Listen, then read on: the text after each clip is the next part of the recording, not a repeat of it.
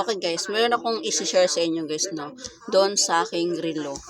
So, sa napapansin nyo guys, meron akong relo laging suot kapag ako nilalabas ng bahay. So, ito po siya guys. So, ito po ay Navy Force. Ayan, Navy Force na relo. Medyo, pasensya na guys, medyo ano siya, alikabok. Ayan, Navy Force. Navy Force po yan. Ayan. So, ito po yung lagayan niya guys. Ayan.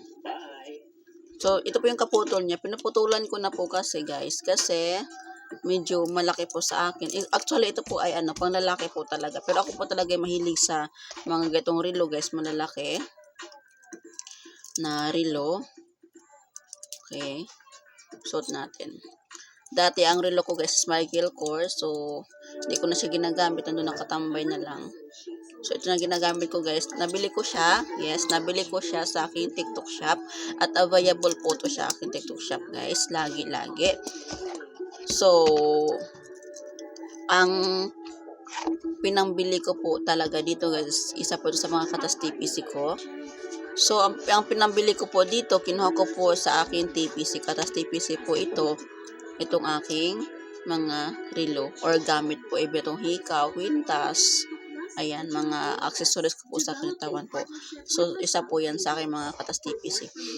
So, hindi ko po yan pinapakita para ipagmayabang, kundi ang akin lang, gusto ko lang. Dati po talaga guys kasi, noon pa talaga ako gustong magkaroon ng relo. Ang ginagawa ko, although, bago ko siya nabili, ilang months pa akong nag-antay bago makabili to. Kasi yung isang Michael Kors guys, hindi ko na ginagamit. So, na siya. So, bala ko na talaga siyang palitan. So, nakita ko to sa aking TikTok shop, itong Michael Kors na to. So, sabi ko, pag-iipunan kita. Sabi ko na ganun. So, naipon ko siya, nakaipon ako ng pambili ko na bagong relo.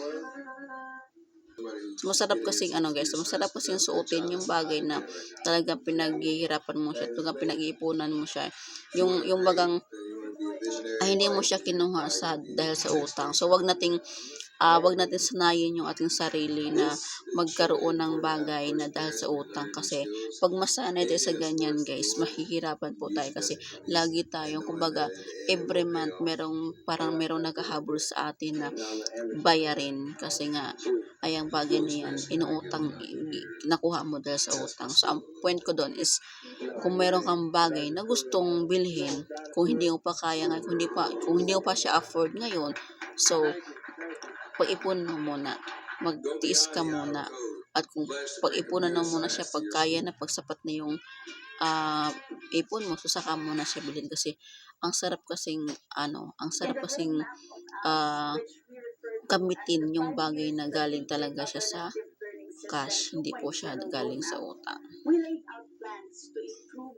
So, minsan nga din po guys, sabi nila, yung ito mga suot ko, balik lang. So, okay lang po yun sa akin. Talagang, aminado po talaga ako doon na talagang sa bahay lang din naman po ako guys. Okay lang po yan at pabalik-balik yung mga damit ko.